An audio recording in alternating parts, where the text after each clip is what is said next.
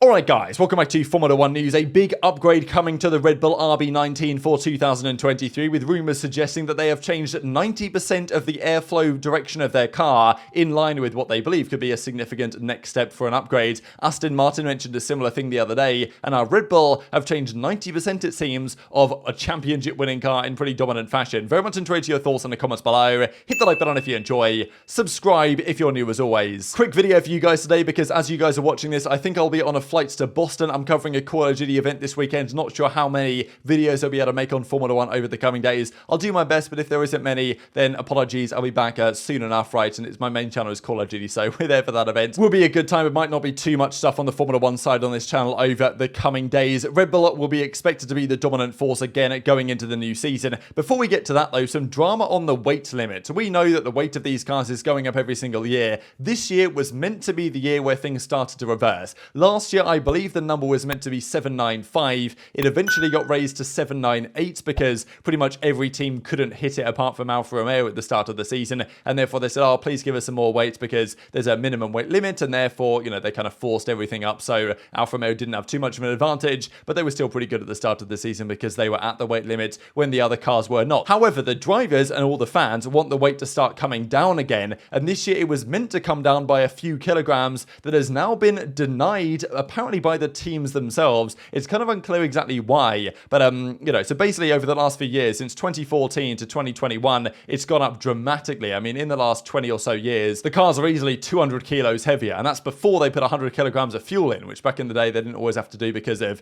refueling and stuff. And it was meant to be 795 kilograms going into 2022, but they added 3 kilograms at the last minute because Alfa Romeo were the only team to come close to that limit with all the additional things they had to add on the car last year, and of course the brand new year of development, limited budgets made it more challenging. So they got to 798. This year though, it was meant to be a diet down to 796. Not much, but at least something. Praised the drivers. At least it was going in the right direction. But in the most recent meetings of the Technical Advisory Committee, the TAC, in which the technical heads of the 10 teams constantly discuss rule changes with representatives of the FIA, new figures kept coming up. From the starting point of 796, it initially went up to 797, and now 799, which would actually have meant even an increase in the weight. However, the latest meeting is now, apparently all the engineers have agreed to maintain the limit of 798, which should now apply from the start of the season. Everything stays the same. Unclear exactly why the original targets couldn't be met. It's said potentially that Pirelli's new front tyres are a bit up compared to last year, as in they're a bit heavier than last year, which is kind of interesting. So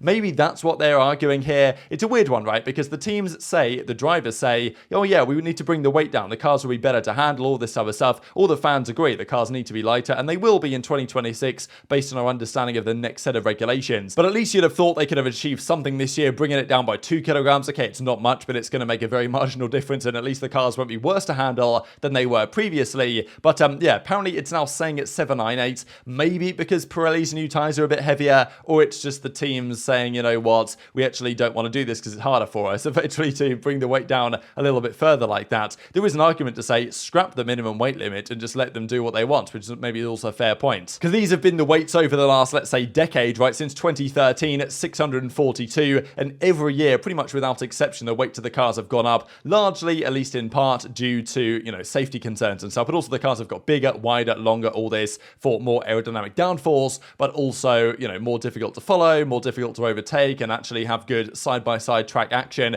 So at some point, it's going to turn around. This was meant to be the year where finally this trend was reversing, but it doesn't seem to be the case. This is the just example over time here from even 1995, where they were under 600 kilograms, all the way up to pretty much 2008 as well, with some relatively small changes. And nowadays they're way heavier than they used to be right before. So yeah, interesting story that I thought I'd share for you guys. The other story on this, speaking of Red Bull, of course, is what's going on there. I was talking about this the day before this video goes live, so it now may already be confirmed, or there may be further rumors that Red Bull are linking up with Ford, but apparently that is true. He says here, fastest pit stop, or this rumor, that it's actually not the reason why the launch event is in New York City, but apparently it will be announced on the same day that the Red Bull car reveal is, or the livery reveal, which is more than likely what it's going to be, which might have some Ford-inspired concepts. A return to Formula 1 for Ford would be quite exciting, of course. But speaking of Red Bull, this is the latest information we have on the development of their car. We know the RB18 was the quickest car by a margin in race pace towards the end of last season. We know also that they actually held back on some upgrades last year to ensure they could bring them to the RB19, the new monocoque, some new, presumably aerodynamic ideas. They're apparently changing 90% of the aerodynamic surface of the car. Now, of course, this could be incredibly marginal changes, but we also saw similar numbers coming out of the Aston Martin garage the other day that they had changed a lot of their car. I think they said 90 to 95% of their parts are different this year. The rumors from Red Bull say that it's 90% of the aerodynamic surface will be different. So the design of the side pods, the design of the top of the car, the back of the car, the floor of the car, crucially, will be at least marginally different to before. I don't know if there's going to be any major changes here or any major upgrades, but 90% changes sounds pretty significant to me. We don't hear numbers like this coming out of other teams apart from Aston Martin,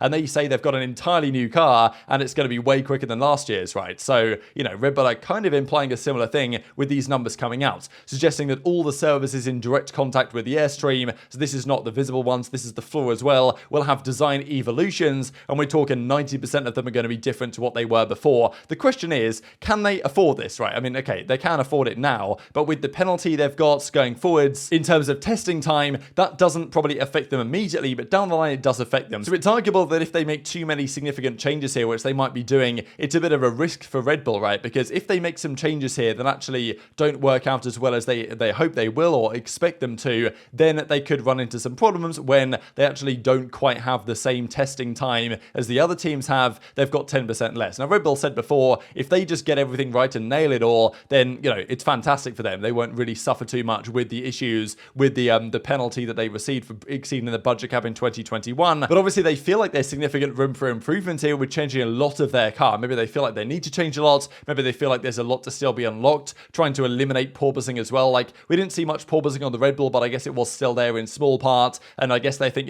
Ferrari are going to make a big step. Mercedes are going to make a big step. They've got to keep pushing if they want to stay at the front of the grids. But quite significant changes, we believe, coming to that Red Bull. Speaking of Ferrari, that could be their closest competitor, I thought it was quite interesting. Vasseur giving his thoughts on Sainz and Leclerc. At the end of the day, we probably know that if any driver's going to be number one at Ferrari, it's going to be Charles Leclerc, given his pace, but also Vasseur's history with Leclerc before. But he actually talks about Sainz and says, I tried to bring him to Sauber and at Renault, but it didn't happen, and thought, in order to team up with Sainz, I probably just got to join his team, which I thought was kind of funny. So they've got a good relationship, which is nice to see. And also talking about Leclerc here, saying, I don't want to put the topic of his contract on the table yet. That would be a bad way to start. Focus on the sporting side first, focus on delivering results first, and if both sides are happy, then they'll continue. So it's clearly an important topic for Ferrari and Vasseur to get Leclerc locked into a longer term deal. But for now, he can't do that quite yet, because I'm sure Leclerc would sit there and be like, hang on a second, why am I signing this contract when I don't know if the car's going to be any good or not, when I don't know if it's going to break down every single race. So Vasseur is smart enough to know, okay, Leclerc, we want to keep you for the next decade or whatever, but they've got to ensure first that he's actually happy with the way things are progressing. There's also this from Ferrari stating that they've are planning to arrive in Bahrain with 1,000 pit stops already under their belt. Whether this is double pit stops, whether this is pit stops simulating the Monaco circumstances, that is an interesting question. But practice is one thing, delivering on the day is one thing that Ferrari have sometimes struggled with over time. And yesterday's video we discussed that Alfa Romeo have got this $100 million partnership with Stake. Apparently Williams, though, unfortunately not going to hit the budget cap anytime soon unless there's some big sponsorships they can bring in. Unfortunate for Williams, because even Haas now, they've got no partnership with MoneyGram. Of course, Alfa Romeo have got their partnership with Stake, so it's likely that both of those teams will be able to hit the cap this year, or at least get close to it. Williams, though, might not, and that's more than likely going to hold them back from being as competitive as they might otherwise be, with James Vowles, formerly of Mercedes, now over there in charge. Would very much enjoy your thoughts in the comments below. Hit the like button if you enjoyed. Subscribe if you're new. Take care, and I'll see you next time.